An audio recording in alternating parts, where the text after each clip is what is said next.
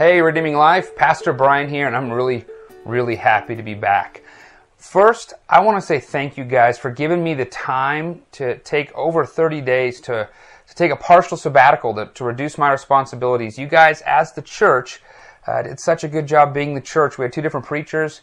Derek did a phenomenally good job. Pastor Brett did a phenomenally good job. Pastor Brett stepped into the leadership role and did a bunch of stuff. It was just really great to watch you guys not need me. You know, that's a hard thing sometimes, but that's how the church should look. It's not built around one person or even the pastor or even the staff. It's built around Jesus. Jesus is the head, and you guys are the high priests of His kingdom, right? You're the church. And so, great job. And thank you. What a blessing for me to be able to do that. So what I did is I wrote a 50-page prospectus with all kinds of research that started about 2 years ago when I entered into the DMin process at Gateway.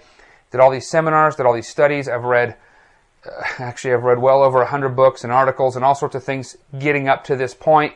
And now it's been this culmination of taking all this study and all this research and saying, okay, I want to do something to fix a problem here in our community.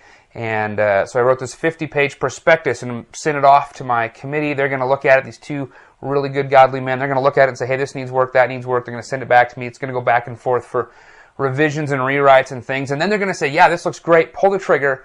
Give it a try. And when that happens, our church is going to come into a project where we're going to work on some discipleship stuff. I think it's going to be really good for us. I'm excited, and I couldn't have done any of this in the process of church planting without you guys. So thank you so much. I'm proud of you. I'm just grateful to be a part of this faith family. Okay, something else that we're doing is we're going to shift our fellowship group structure. Before, we were looking at the biblical text for the sermon of the week before the sermon. And to make it a little bit easier, as we're training up other leaders, we are going to start looking at the text in our fellowship group after it's preached on Sunday.